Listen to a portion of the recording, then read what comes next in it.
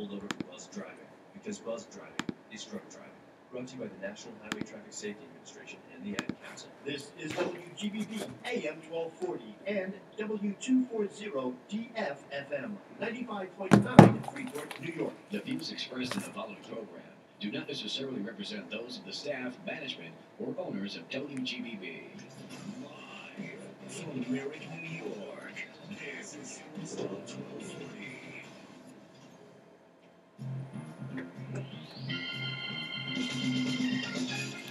Good evening, ladies and gentlemen, and welcome to another edition of Sports Talk 1240.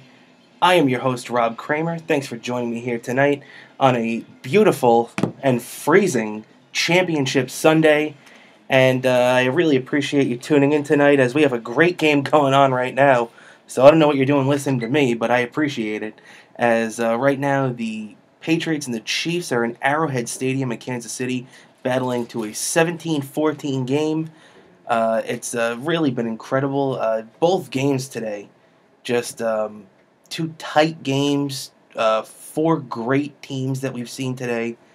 A lot of excitement, a lot of controversy, especially in the first game, but we'll get to that in a minute, as I want to thank you for tuning in here. It's January 20th, 2019. I am your host, Rob Cramer, and you can follow me on Twitter at Cramer New York. That's Cramer NY on Twitter. And you can check us out on Twitter for the show at SportsTalk 1240. You can visit us at Facebook and give us a like, SportsTalk 1240. And you can check us out at sportstalk1240.com. We got all the hosts and the lineups, and you can check out whenever your favorite host is hosting that Sunday night. And, just to get back to the Championship Sunday, the great games that we've seen as, coming off the a terrific NFC Championship game, really. It's just a shame what went down at the end of the game, as if you're watching the game, it became one of those games again where the officials decided who won, as a complete non-call with about a minute 40 left in regulation. It should have been pass interference. The defensive back did not play the ball. He led with his helmet and hit the receiver before the ball even got there. So just a terrible call all around. The officials apparently admitted to Sean Payton on the field that they blew the call. It's just it's a sad thing when you have a situation where a team plays so good for so long, and it's one of those things, too, where you cannot put yourself in a situation where the referees can dictate the outcome of the game. And I know it's a tough thing to say, and especially when you get to this time of the year where every single play matters, every single second matters, every single point matters. But it's, they had a 14-0 lead, or a 13-0 lead. I'm sorry, there was a 14-0 lead in this game. But it was a 13-0 lead. I was getting nervous, because as you'll see in my picks later, I had New Orleans today, -3. I was very disappointed. It cost me and my dad some money with that pick. But we'll get to the Bet DSI segment later. As right now, and if you're watching the AFC Championship game right now, you just saw a Chiefs touchdown to put them back on top. Supposedly, we'll see. It looks like we're going to get a ruling from the refs, but it looks like the Chiefs have just taken a 20-17 lead. This game is just going to get better and better and better, especially now that Tom Brady and the Patriots have their back against the wall. But as we continue on with the NFC Championship game, the Rams held the Saints offense to 2 red zone field goals early on, and I think that played a big role in the comeback later on, where as a person that bet on the Saints earlier today, I was starting to get worried that they were settling for field goals. And I know the 13-0 lead, I was feeling pretty confident and everything, but in all reality, it could have been a 20-0 lead, or where it's something even bigger than that. And the way the Saints played, it seemed like it was a being up 13-0, it seemed like they had the game well in hand. But that was before a late run in the end of the first half, where the Rams woke up and scored 10 points, including a touchdown in the final minute, right before halftime to cut the lead to 13-10. And, it looked like the Saints picked up right where they left off. It was a Breeze opening the second half of the touchdown to put up the Saints 20-10. And, it looked like, okay, this is, they weathered the storm. The Rams put up their best punch at the end of the first half, and maybe Drew Brees and the Saints got up and walked away, with the win. But that was not to be, as the Rams stayed tough. They made it 20-17. The defense held the Saints offense after they opened a drive on their own 46-yard line, where it really looked like they had a chance to put the hammer down and end this game. But at 20-17, they held it. They were stopped at the goal line by the Saints defense. A terrific job by the Saints later on that quarter, as the Saints ended up holding them to a field goal with 5 minutes left in the game. They tied the game 20-20, and that's when Drew Brees got the ball, and before you know it, time was ticking off the clock, and we get to the point where it's a minute 40 left. The Saints are in the red zone, and like we started off with this discussion, the defensive back on the Rams completely obliterated the receiver before he even had a chance to make the catch.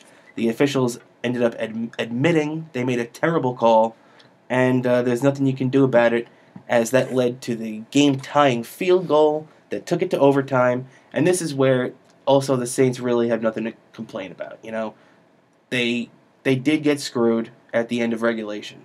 They did get a bad break. But you know what? If you don't give up that field goal at the end of regulation, you don't really, it doesn't matter that the officials screwed you out of an extra 4 points. And to continue with that, when they get to overtime, Drew Brees gets the ball, he gets hit, and is picked off, and that sent the Rams off to the races. Next thing you know, they're kicking a walk-off 57-yard field goal. And how much money was Greg the Leg Zerline today, as he just absolutely drilled it. 57 yards, it would have been good from over 60.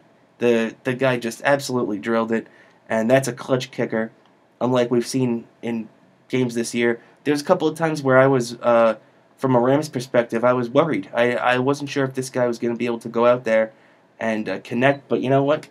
He did no problem, absolutely no problem, as the Drew Brees interception set it all up, and a 26-23 victory for the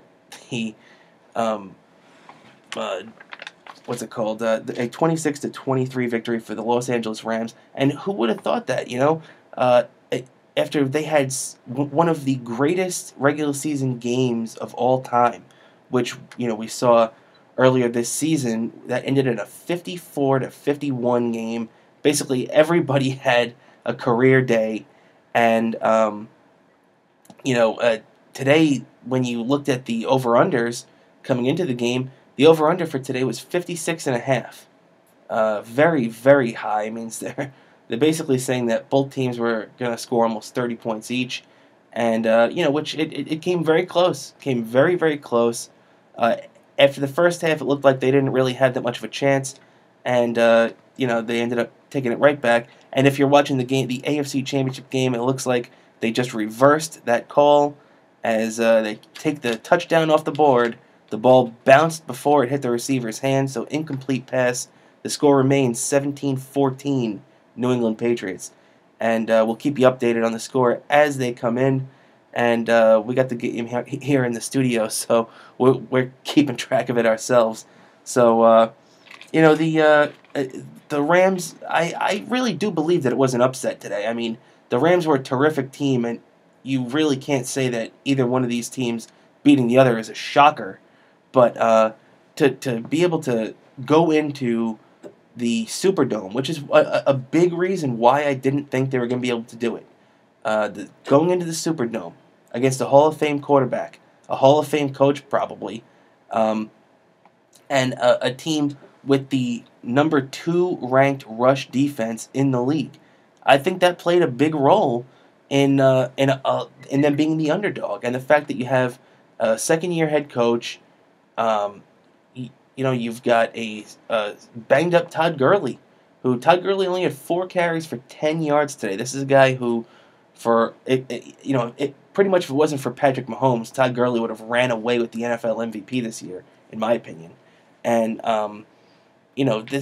it all came down to the Rams just executing. They were missing probably their best offensive player, and they still just got the job done. You saw Aaron Donald, who's probably the best defensive player in the NFL at this point right now. He's definitely the best on the Rams, and he showed up big today. He had a couple of tackles for loss. He was breaking through that line. He was putting pressure on the quarterback, and was really able to disrupt Breeze at certain times in the game. And it was really just an encouraging thing to see. Such a team that, especially at the beginning, if you looked at a lot of social media at the beginning of the game, a lot of people, there was a lot of words being used of a rookie with wide eyes. He was having wide eyes. He was overmatched. He was the moment was too big for him. There were a lot of phrases like that you hear this time of year getting thrown around, and Jared Goff did not wilt under the pressure. They hung with it. They stuck with the game plan. They handed the ball off to Anderson when they needed to. Goff, on one of those big drives that ended up cutting the lead to 20-17, was 4 for 4, leading that team down the field. And it was really just a terrific thing to see. I'm a big fan, as how could you not be? I'm a big fan of Sean McVay. I'm a big fan of how they built that team down there. A pretty much young, inexperienced team. When you look even at the Colts, not the Colts, the Chiefs and the Patriots today, and the disparity between postseason experience on both of these squads, and then when you look at the same thing between going on with the Saints and the Rams this afternoon, it was really incredible at the amount and the disparity of the playoff games with these teams, and it was really encouraging to see a young team, a young coach, a young quarterback go in there, hamstringed by injury too, and get the job done and not using it as an excuse. And you really got to appreciate that. As with that, we'll take a quick look at the AFC Championship game, which obviously, as we know, is still happening right now. But I'd still like to see how we got here right now. It's 17-14 in the fourth quarter as the Kansas City Chiefs are driving right now. We started off, Tom Brady and the Pats drove down the field. Long drive. Completely setting the tone, it seemed like, in this game. Making it 7-0 off the bat. And then they drove down the field again after the defense really looked like they were playing a lot of, spy. They were keeping him in the pocket. They weren't letting Mahomes roll out, and you can only contain that kid for so long. He was running out. There's a couple of plays where he was throwing passes. It looked like he was turning a double play. This kid is so versatile when it comes to getting out of the pocket and making things happen. And, they were just waiting for their opportunity. Brady got picked off in the end zone. Which really, to be honest, that turned the game around, because the Pats ended up putting in another touchdown before the half to take a 14-0 lead. So even if they kick a field goal in that situation where they're on the goal line, that's a 17-0 lead. Now, 14-0 and 17-0 are completely different. It's a 2-score game from a 3-score game, and not that I think that would have been the nail in the coffin for them, but geez, 17-0 or 21-0 would be a much different story heading into halftime than what we actually saw. But in reality, the Patriots took a 14-0 lead into the half, and a motivated Colts. I keep calling them the Colts. I don't know why, but a motivated Chiefs team came out of the half at home. It's freezing there right now. It's about 10 degrees, if that, in that stadium. The wind is whipping around. You can see their breath with everything they say, with every time they open their mouth. And they used all the momentum. They took the momentum away from the Patriots, drove down the field very quickly, within 2 or 3 minutes and scored a quick touchdown to cut the lead to 14-7. The Patriots were able to go right back down. You're not going to be able to keep Brady and these guys down for long. They have a great offensive scheme with Belichick calling the shots. They know the deal. McDaniel's a smart guy calling the plays too, even though it mostly falls on Belichick. But it ended up getting up to 17-7. Now, as we saw, it's 17-14. And as I'm saying this, the Chiefs have tacked another one on as Williams gets one in, a 23-yard reception. And this is a guy who took over for Kareem Hunt after Kareem Hunt got released. And, it just goes to show that in the NFL, there's a lot of stock put into these great running backs. And, there is some merit to that because you do need the talent, like obviously a Saquon Barkley and Ezekiel Elliott, anything along those lines. But, as good as Kareem Hunt was, the Chiefs have not missed a step since this guy's been out. It's a lot of, a lot of it falls on your offensive line, your scheming, how you set things up, and the players that you have. And, especially it looked like the Chiefs were a little deeper than than everybody thought because this guy Williams has come out of nowhere. Ever since Hunt was released from his contract, they averaged 4.6 yards a carry as a team with Hunt in the lineup. And since Hunt's been gone, they still average 4.6 yards a carry. That's pretty damn good, if you ask me. And that just goes to show that you're not relying on one guy. It's not one guy getting the job done. This Kansas City Chiefs team has that lunch pail mentality. And in a lot of respects, it's the mentality of those early Patriots teams. They do have a lot more offensive talent than those early Patriots teams and probably not as much defense. But they do have that kind of, if one guy goes down, it's not going to stop us mentality. We're going to pick it up, and the next guy's going to get the job done. And we believe in the next guy just as much as the guy that went down. And that means a lot. That shows these guys are a tightly knit group. That shows that Andy Reid has them playing for each other. And how great would it be for Andy Reid to go out there and get this win tonight, especially against the guy that beat him in his first Super Bowl, his only Super Bowl at this point. Andy Reid lost to Bill Belichick when he was the Eagles head coach, when his Donovan McNabb-led team with Terrell Owens and the terrific defense they had with Brian Dawkins and everything along those lines, the terrific defensive line they had. They went to the Super Bowl and they ended up losing a tough game to New England. It really just goes to show that, especially when you have two great teams like this. This is the first time in NFL history is a playoff game with two coaches with 200-plus wins. Belichick's close to 300.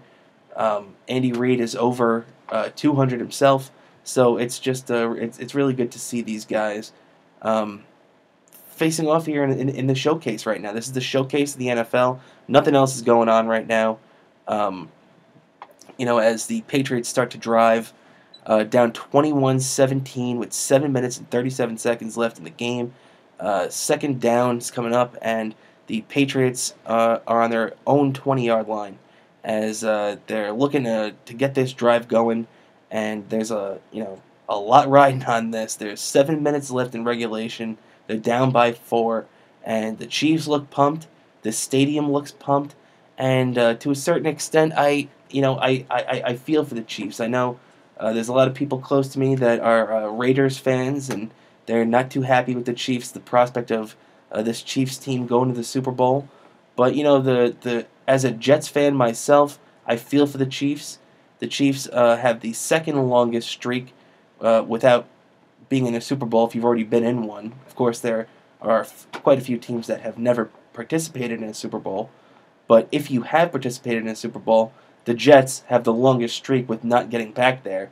It's just about 50 years, if not had passed it already. I think they're within a couple of days of that. And, as for the Chiefs, they made it there in 1970, where they faced the Vikings, and that was their only appearance as well. The last time they even made it to the championship game was with Joe Montana, So it's been a long time for the Kansas City Chiefs, and I would be very happy as a Jets fan to see them get it done. I'm also not one of these Jet fans that hates the Patriots. I respect what I see. In fact, a lot of the times I end up rooting for them in these big games, just because I respect the hell out of Belichick. I respect the hell out of Brady. I think those two guys are, obviously probably the best. It's really indisputable that they are the best coach-quarterback combination in the history of the league. They set a new standard for it, and it's just an impressive thing to watch. As much as I hate losing to them, one of my favorite playoff wins of all time was when we beat them. So when you beat a guy like that, when you extend your streak like that, and you go out there and prove that you're going to beat the team, that you're going to beat the best, it means more. Because it was one thing when I'm talking about the Jets. It's from 8 years ago. When the Jets beat the Cincinnati Bengals, it was like, okay, I kind of expected them to beat the Cincinnati Bengals. But then when you come back and you beat the Colts when they had Peyton Manning, which the Jets did, or the Patriots with Tom Brady, which the Jets did, it was it meant more when you beat guys like this. And as Patrick Mahomes is probably going to be taking the mantle, if he hasn't already, taking the mantle of the best quarterback in the league right now, he's going to start that resume. He's going to be the legend killer, kind of like the old Randy Orton from the WWE, if you remember that. He's going to be starting off. You're going to be taking off Tom Brady and a bunch of these big names, and these are the guys that you have to get through to get to the promised land. These are the guys that you have to beat, and it's not going to be easy. In fact, it's going to be one of the hardest things you've ever attempted in your life to beat these great players, these Hall of Fame players, these Hall of Fame caliber coaches too, who draw up these schemes and put these players in these situations. So Patrick Mahomes and Andy Reid are being put through the ringer right now, and they're going to be seeing the best of these guys. We've got around 6 minutes left in the fourth quarter. 21-17. Patriots looking to convert third down, as there's a lot riding on this. A trip to the Super Bowl. It would be another trip to the Super Bowl for the Patriots, as this has been a yearly occurrence for this Patriots team. As what a catch by Chris Hogan, a guy who just comes up big in these situations, man. And third down situation, coming up big, converting that first down. Hit him right in the hand, and that was not going anywhere. They don't allow it anymore, but it really looked like he had some stickum on his hand there, because, man, that ball hit his hand, and that was not going anywhere. And, Andy Reid's not too happy about it, but, hey, it looks like he might even be throwing the red flag, so we might be getting a challenge on this, and we will. It's going to be tough to overturn that, but, there's a lot of different views they get that we don't have. I don't see how you overturn that. Well, maybe, as possibly.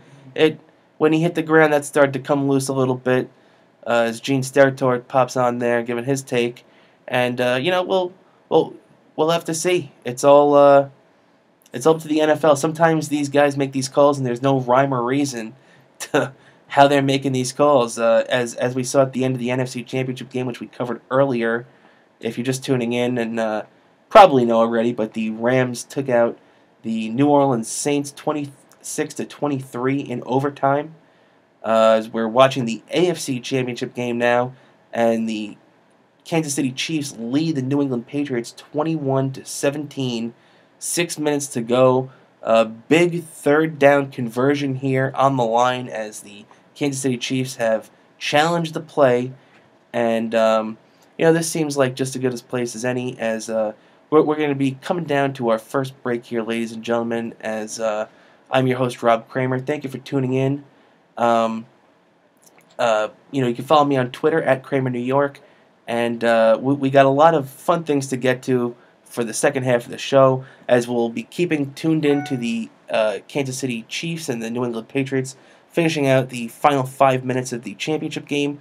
We got a lot to get to as the Mets and the Yankees have some hot stove news, and also the red-hot first place New York Islanders, led by head coach Barry Trotz and the man with the vision, Lou Lamoriello, who rarely fails. And I'll take a quick look and see if this is a call, and they complete it.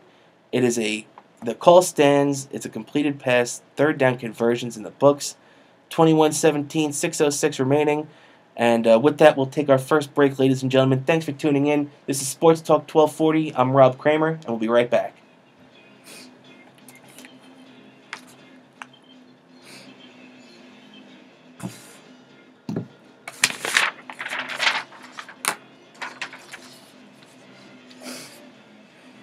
You're listening to Sports Talk 1240 on Long Island's AM 1240. WGBB. Country Foot Care, official podiatrists of the New York Lizards, has been delivering state-of-the-art foot care with good old-fashioned care to Long Island residents for over 30 years. Specialists in sports medicine and foot injuries, Country Foot Care can be reached at 516-741-FEED or online at countryfootcare.com. Want to advertise your business on Sports Talk 1240? Place an ad on sportstalk1240.com and run a radio commercial during the show every Sunday night here on AM 1240 WGBB. Our rates are very affordable. We'll even produce the radio commercial for you. Just head over to sportstalk1240.com and fill out the Contact Us form and let us start promoting your business today. Unflippable, unflappable, unleakable.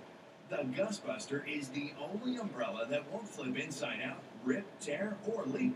Capable of withstanding winds over 55 miles per hour.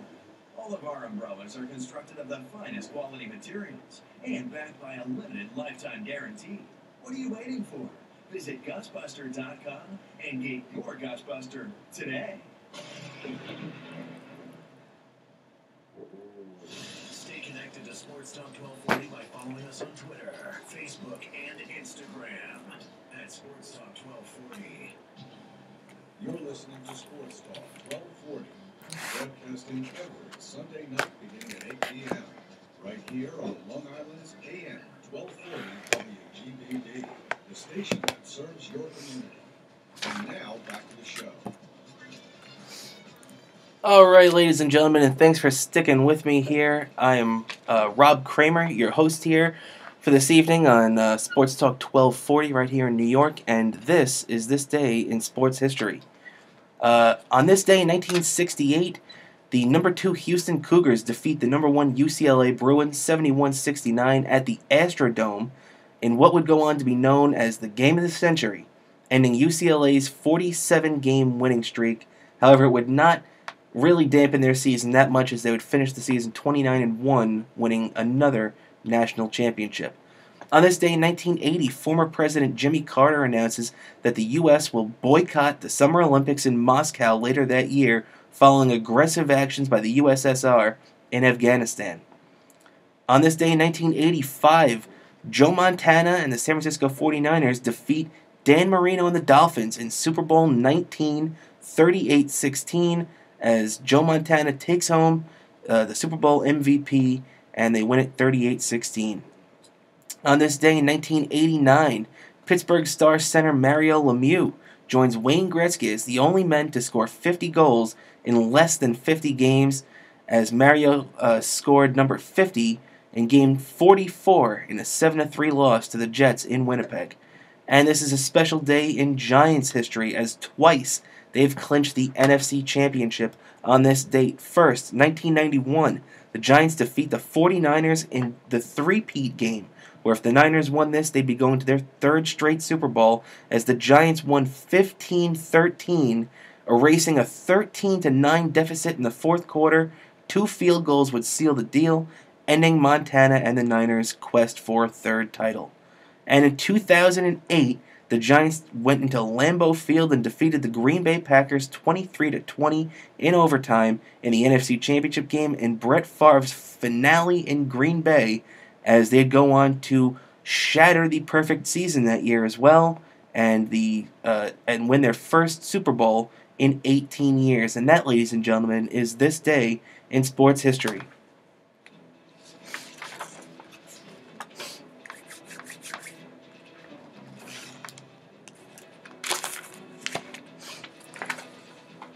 All right, everybody, it's Championship Sunday in the NFL, and have you won big yet? I have, because I go to BetDSI.com. Tired of having to go out of state just to put some money down on the game? On BetDSI, you can do it from the comfort of your own home. BetDSI is an A-plus rated sportsbook, and it's been around since 1998, and in the last 20 years, they've built an impeccable reputation for great service and fast payment, combined with an excellent mobile interface so you can play, win, and get paid anywhere, anytime. And if you sign up for a new account today and use my promo codes COFFEE100, BetDSI will double your money up to a $500 deposit. Or use my promo code COFFEE25 to try it out for free, and BetDSI will give you a $25 free play.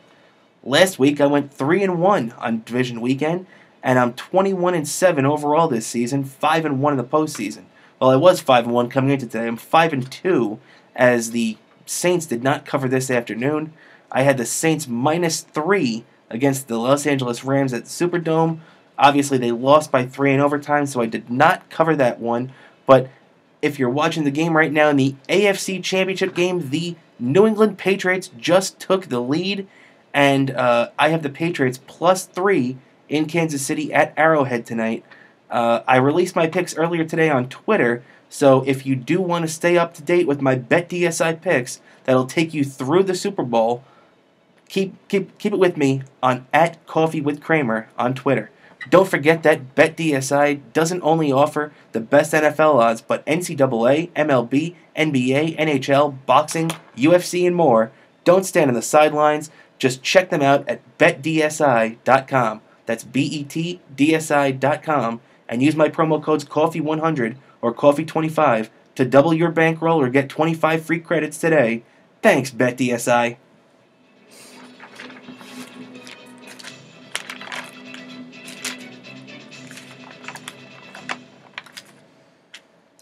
All right, ladies and gentlemen, thank you for sticking with me here on Sports Talk 1240 as I am your host, Rob Cramer. Here on a freezing night on Long Island in New York, and I hope that you're having a good time watching the championship games here as we have 3.5 minutes left in regulation as the Patriots have just taken the lead, a 24-21 lead. What a great back-and-forth game we've seen here, especially since the second half opened, as these two teams, it's like a heavyweight bout right now. Rocky and the Russian, Rocky and, Clubber Lang, Rocky and Apollo Creed, whatever you want to put it as. I guess it's Rocky against somebody, in my head at least. But this is a great heavyweight bout. These guys are both throwing their best shots as Patrick Mahomes is looking to lead his team down the field to tie the game or take the lead once again. And if anybody can do it, it's this kid. A part of me has to be rooting for him as he is a former Mets kid, former Met reliever, Pat Mahomes, who I always liked. He was a good kid, especially in '99. He had a great year for the Mets. But as great a year as he may have had in '99, he never had a year as good as his son had in the NFL this season. And I think that goes without saying.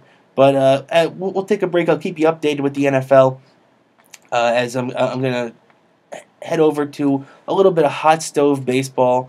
Right now, if you're paying attention, the Mets signed Jed Lowry a couple weeks ago. I covered all this, and actually I also covered my reaction to the Jets head coach decision, if you want to call it that, to picking up Adam Gase. I'll touch on that a little bit later again. But if you want to hear my full reaction, you can check it out on the Coffee with Kramer podcast. You can check it out. It's on Spotify. It's on iTunes. It's really wherever you want to check it out. Or even on my YouTube channel, Coffee with Kramer on YouTube. So just check that out too. But, the Mets signed Jed Lowry to a 2-year, $20 million contract.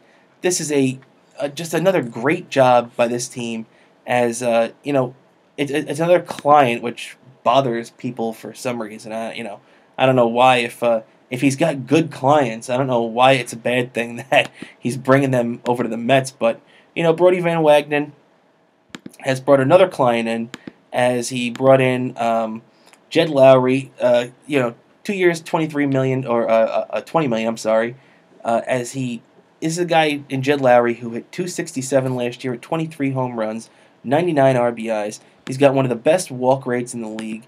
Doesn't really strike out too much. This is a guy who puts the bat on the ball, and that's the type of guy we need. Now, I know it rubbed some fans the wrong way because they perceive it as this is going to take playing time away from Jeff McNeil. Now, there's really no debating that, especially now that McNeil is pretty much relegated to being a fourth outfielder and, part-time infielder where he's going to be, counted on to maybe play the corner positions at some point. And, I don't even know how much time he's going to get in the middle infield anymore. So I guess they're going to play that by ear. But, no matter what, this is a good signing. It makes the Mets better. It makes the Mets a deeper team. They also traded for Keon Broxton, who they got from Milwaukee. They traded for J.D. Davis from Houston. Two guys that, it's not going to steal the front page, but those are the type of guys that can, if everything works out in your favor, those are two guys that you hope are being counted on to help you win the pennant later this year. They dealt Kevin Plawecki. They dealt him to Cleveland for two prospects. Really, it comes down to they were just trying to replenish a little organizational depth, and I can't really blame them for that, as if you've been paying attention, Brodie Van Wagenen's really been raiding the Mets minor league hall, and it makes some fans nervous, and I completely understand that. I don't blame them for being nervous, especially as Met fans. It's kind of ingrained in us to be nervous about everything this team does. But I will say I think they have a plan, and I think if any group is tasked with the need to replenish a farm system, I think this group, not necessarily with Brodie, because we haven't seen a track record from him in that, but if anybody can replenish a farm system, it's the guys they've hired since he went in there, the guys he's put around himself, the guys they've grabbed from Boston,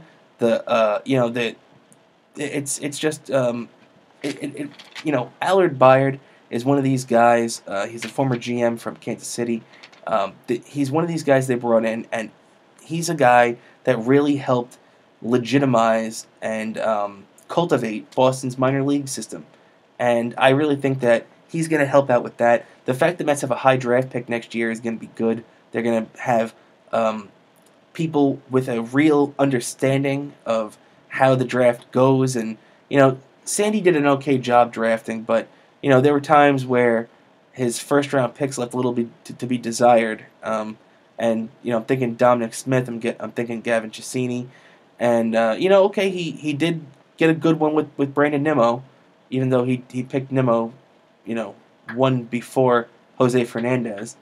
And, as unfortunate as Jose Fernandez passing away ended up being, I still would have liked to have him for a couple of years because that kid was phenomenal before his unfortunate death. And, but I guess, you really can't fault Sandy for that. However, I will say, I do think that Patrick Mahomes narrowly avoids a game-changing interception there with 2:55 left, potentially a game-ending interception when you have a guy like Tom Brady on there. But as I continue on with the little hot stove we got, I basically, to cut to the chase, I think the Mets are going to replenish their farm system through the draft with guys who are decisive and know exactly what they're looking for at the minor league level and at the development level. And I think that not only that, I think that another long completion sets Kansas City up right outside the goal line. As I think that on the international market, the Mets are going to replenish their minor league system and through the draft. They've got the right guys in place. They've got guys with the know-how, guys that have scouting backgrounds, that have built this in the past. And I fully expect the Mets to do the right thing and to get the job done. Wouldn't surprise me if Brodie continues to be proactive and pounces on something, whether it be in the next couple of weeks or spring training. but don't think the Mets are done. And I got to say, listen, would I have lost my mind if the Mets opened up the wallet and signed Bryce Harper and Manny Machado? Yeah, I would have lost my mind in a good way. I would have been thrilled. But you know what? They've had a very, very good offensive, a very good offseason so far. You really can't argue with the players they've added. They've added a level of professionalism and a level of dependability to this team. And basically what it comes down to is that they now have an offense that can be relied on as long as their pitching performs the way that it had, not in 2017, but if their pitching performs the way it has 3 out of the last 4 years, this team should be in pretty good shape heading into the playoffs, or heading down the stretch, and they should be competing for a playoff spot. But to just jump over to the Yankees real quick, as if you're watching the AFC title game, the Chiefs just took the lead, touchdown right down the sideline, and they're about to put the field goal through to make it 28-24. There we go, extra point is good. And ladies and gentlemen, we've got a barn burner here as Tom Brady has the ball with 2 minutes left and a chance to, a field goal is not going to do it. You're going to have to score a touchdown or bust, Tom. And if anybody can do it, it's this guy in this offense. So Brady and Belichick back against the wall. Andy Reid and Pat Mahomes have been there. Right now, they just took the lead, 28-24, and 2:03 left in the game. Boy, it's going to come right down to the final minutes right here. And we're coming down to the stretch here on Sports Talk 1240, as I'm going to skip over to the Yankees. As we saw earlier last week, we saw the Yankees sign right-handed reliever Adam Ottavino. That does fit a hole in the pen they had that opened up when David Robertson left and signed to be the closer in Philadelphia. I think it's a very good move. It's, and I've heard some Yankee fans call into question the fact that this kid has not been healthy for the most part over the last 5 years. 2013 and last year really were the only 2 full seasons he had. But last year he was spectacular. And he might have even gotten a little bit of a big head because he came into this offseason talking about how he thinks he would strike Babe Ruth out. I'm sure that's going to turn a lot of Yankee fans off. But hey, if he's pitching, in a very effective manner and everything, as we see the Patriots get a great kick return by Cordarrelle Patterson to start this drive and put them in good field position. So if this guy Ottavino is pitching like he could strike out the Bambino, Yankee fans won't care. And he's getting 3 years, $27 million right now, $9 million a year. This is a guy that's not going to be counted on to be a setup man, not going to be counted on to be the closer. The Yankees already have 2 or 3 guys in front of him for that. As also they re-signed Zach Britton to a very reasonable deal. Could be 4 years, $53 million at the very highest. It could be 2 years, $24 million at the very lowest. So, and then right in between 3 years, $39 million. There's opt-outs all over the place. It's another one of these, new age contracts they do. And I think they did a good job with it. The Yankees got their guy at their price. They didn't go crazy, and they got Zach Britton in there, who's going to be a very effective lefty there now for the foreseeable future. And to get back to Ottavino for a second, his 3-year, $27 million pact. There's no opt-outs, but it's a good contract for the Yankees. They hope, $9 million a year. If this guy's not, producing at, it's scary to say at a Betances rate, there are going to be grumblings. He's going to have to be a very effective reliever, and otherwise Yankee fans are not going to be happy. And I don't really blame them, especially if this guy's an albatross on the payroll and not producing for his dollar. But, the native New Yorker wanted to play here, and you really can't argue with that. And when you got a guy that has a resume like this, that had a year like he did, going out there, and you're not necessarily counting on him to be the guy in the 8th or the 9th inning, then this is a contract and a position that he can come in that I think he can be very successful in. That there are some guys that come in that wilt under the pressure. that they just don't live up to it. They get the big money, they get the big deal, they move from being a setup man to a closer or something like that, or vice versa, and it just doesn't work out. They can't do it for whatever reason. I think Adam Ottavino, you're taking pressure off him. As much as there's always going to be pressure coming to the Yankees, getting big money, there's going to be pressure, no doubt about it. But not as much pressure as there would be in the 8th or the 9th inning. And that's all I'm saying. I think this guy coming in, throwing smoke in the 6th, 7th inning, that's exactly where he wants to be. And who knows, if he gets his trust up there and he's earning his ability to get in there in high leverage situations where Aaron Boone and the team feels confident that he can be productive and that he can give them outs that they need to get, then he'll be in there. Don't worry about it. They're going to find a spot for Adam Ottavino. It's a 162 game season. He'll be out there, and this Yankee bullpen is taken to the next level once again, as like we talked about with him at Britain. This Yankee bullpen is top notch, and the one thing I will say though, the Yankees have this over the Red Sox. The Red Sox barely have a bullpen at this point. Craig Kimbrell's still a free agent. You've barely seen anything from Mr. Kimbrell. He's still looking for that 6-year deal. I don't know if that's coming, Craig, but you see the Yankees do have a distinct advantage based on names, based on reputations in that bullpen. However, I will say that the Red Sox have handled these Yankee pitchers in the past. I don't think too many, as good as guys like Chapman and Betances and all these guys are, Red Sox hitters have handled them. And for these new guys, Ottavino, right now, the Red Sox hitters have a combined 375 batting average off Adam Ottavino, 400 on base percentage. So, there's going to be a lot of figuring out if maybe these splits are, a coincidence, if these splits, still have much relevance, because he hasn't really faced a lot of them on a consistent basis like he will when these two teams play 19 games this season and, when they play over 50 games over the next 3 years, and that's not including any potential playoff series. So, Adam Ottavino is going to be seeing a lot of these Red Sox, and you get a lot of these righties like Mookie Betts and J.D. Davis, I'm thinking of the Mets, J.D. Martinez, and a lot of these big righties that he's going to have to get out and he's going to have to handle, and that's a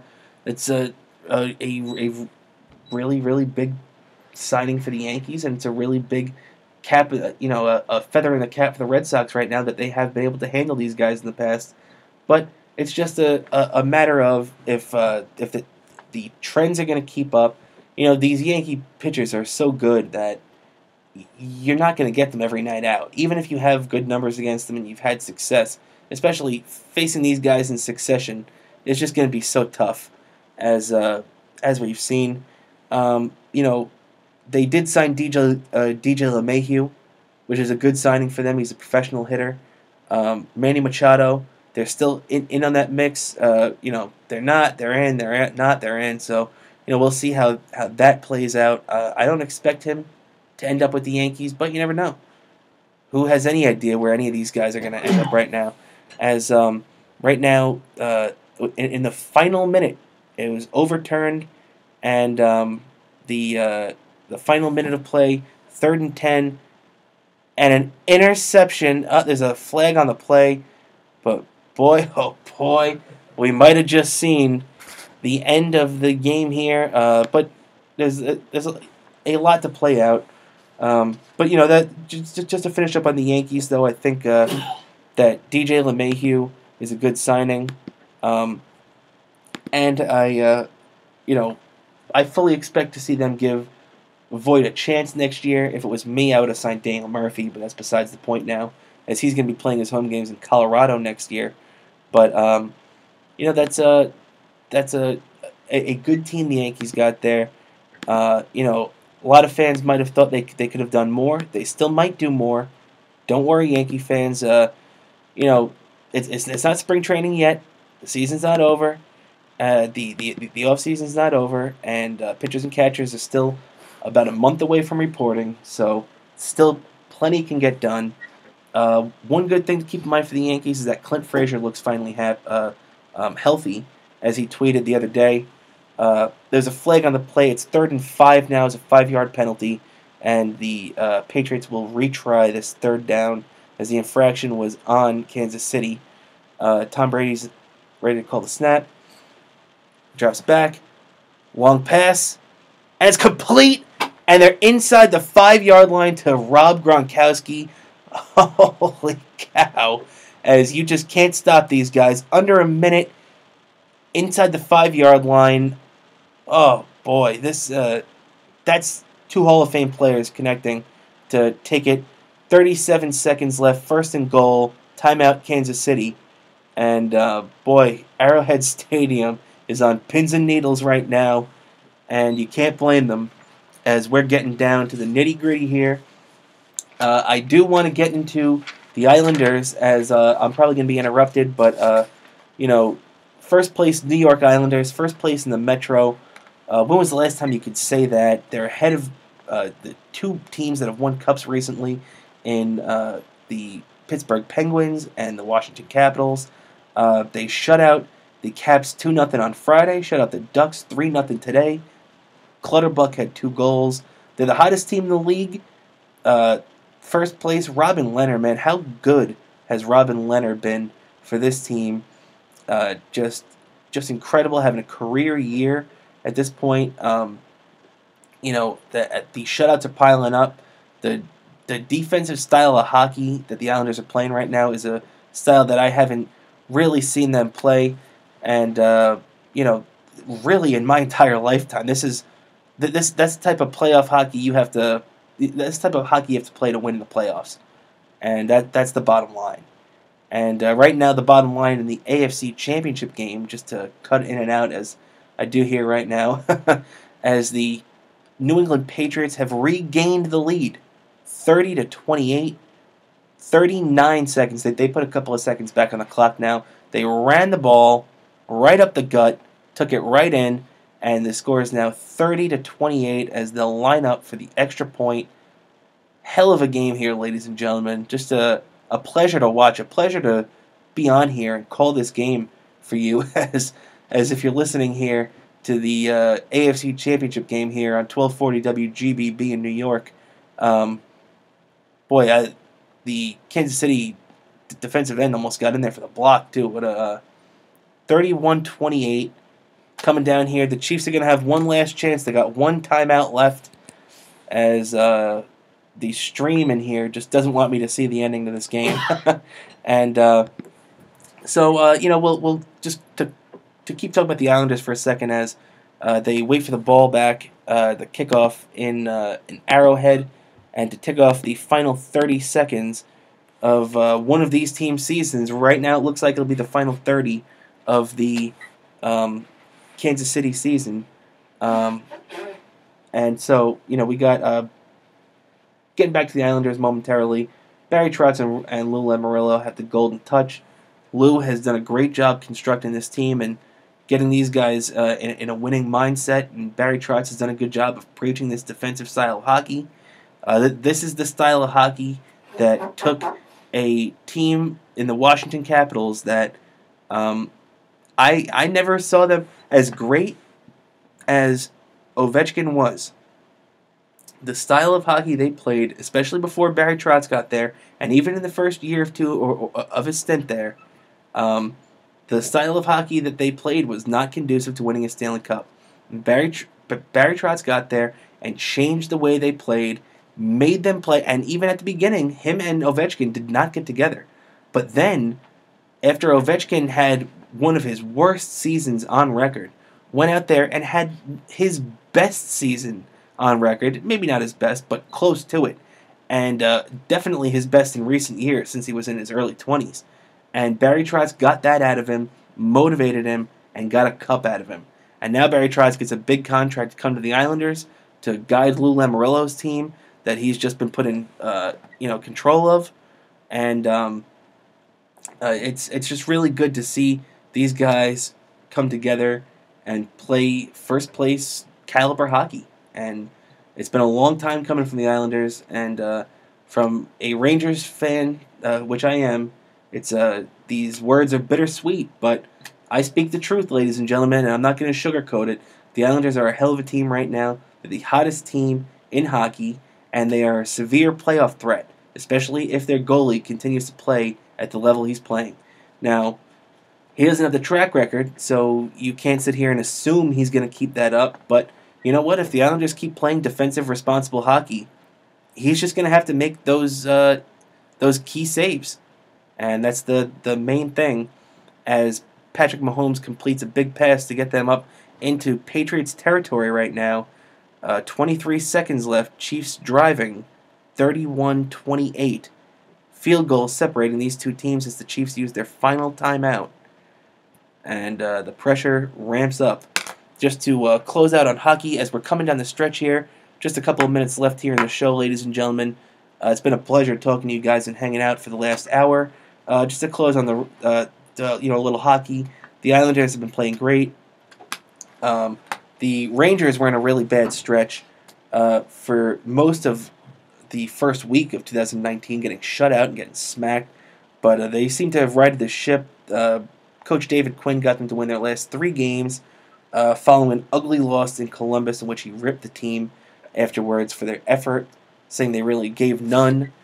And flag on the play, free play out in Kansas City right now as they run up to the line. There is a flag, however. We'll see where it goes from that. But just to close out on the Rangers, a sad note, too. I'd like to give a big send-off to Rick Nash as he had to retire and end his career. Shortened by, what else, concussions. So many players have been faulted by that in so many sports. Tough thing to see, but Godspeed Rick Nash, one of the better forwards over the last 10, 15 years to come out. But like I said, nice win, culminating with a 3-2 win on Saturday in Boston. Nice feel-good win for David Quinn and Adam McCade in their return to Boston, and Quinn's first professional game coaching in Boston as an NHLer. And I just wanted to touch on the hockey real quick right there. We got just another minute or two here, ladies and gentlemen. I'd like to thank you here for joining me on Sports Talk 1240. I'm your host, Rob Cramer. Thank you so much for sticking with me. And as the AFC Championship game time whittles down here right now, it's been a terrific day of championship game football. Thanks for sticking with me. I'm going to be back probably sometime after the Super Bowl. So if you want to keep up with me, keep up with my podcast, Coffee with Kramer, you can do that on iTunes and Stitcher. Check me out at Coffee with Kramer on Twitter, at Coffee W Kramer, or at Kramer New York to keep up with me. Thanks again, ladies and gentlemen. Just a couple of seconds left in the game, so turn on CBS if you're going to miss it, because you're going to miss me, ladies and gentlemen. Thank you very much, and I'll catch you around next time. Have a great week.